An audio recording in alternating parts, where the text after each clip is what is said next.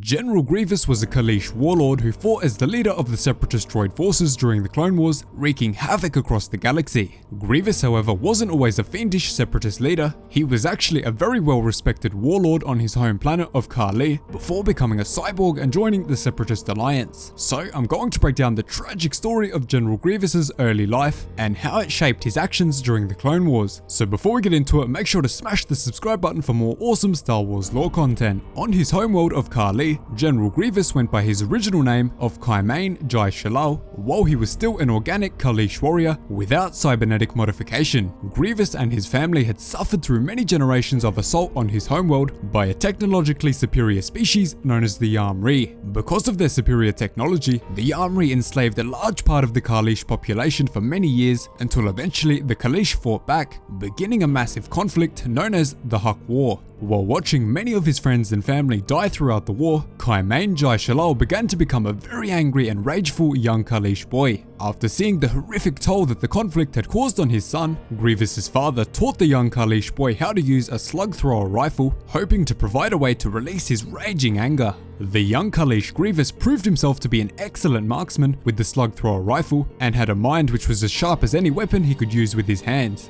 By the shockingly young age of 8, the small General Grievous had already become an expert sniper with more than 40 confirmed kills on the Yam'rii species under his belt. By the age of 22, Grievous, or Sheelal as his people knew him, had killed so many Yam'rii invaders on his homeworld that the Kaleesh people actually considered him to be a demigod who was nearly untouchable. The people of his planet worshipped him as a demigod at their sacred temples. Throughout the war, Grievous became very close with a fellow female Kaleesh warrior and mercenary named Rondaru Lij Kumar, who had formed an incredibly strong bond with Grievous during the war with the Yam'rii. The two young Kaleesh loved to slaughter the Yam'rii together, further bringing them closer. Eventually, this Kaleesh woman taught Grievous how to properly use and wield a sword in combat, and in return, Grievous showed her how to use his sturdy Outland rifle. The two both wore traditional Kaleesh war masks into battle, with Grievous's being a Mumu skull, which he inherited from his father after he bravely died fighting the Yam'rii. The two young Kaleesh always stuck together on the battlefield, fighting side by side, vowing to protect each other from any threat before quietly falling in love together. The two mercilessly shredded through countless Yam'rii invaders over multiple battles in the war, eventually also raising Kumar up to the status of demigod also.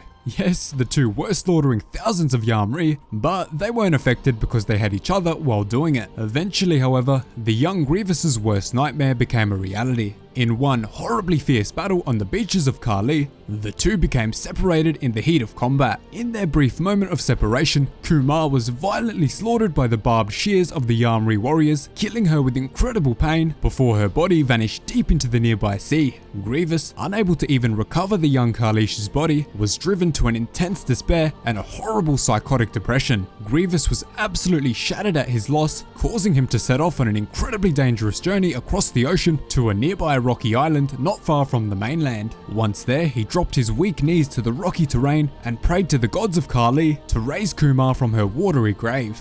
Grievous flailed around in pain, begging for the gods to bring her back, just so he could see her at least one more time, but the gods remained silent. In order to bury his grief, the young Grievous ended up falling into horrible habits and took 10 wives for himself to try to drown the pain out. He eventually had 30 children between these wives, but none of the Kaleesh women or even his children could ever fill the void left by the death of Kumar. With the realization that he would never be free from this pain unless he started his life fresh, Qymaen Jai Sheelal cast off his traditional Kaleesh name for the last time and went only by the more threatening name Grievous. The name Grievous and his heartbreak for his loss were the only two things that he carried with him throughout the rest of his life and during the Clone Wars. So that is the tragedy of Grievous's early life. Thanks so much for watching, really hope you enjoyed the video. Cheers guys, hope to see you in the next one.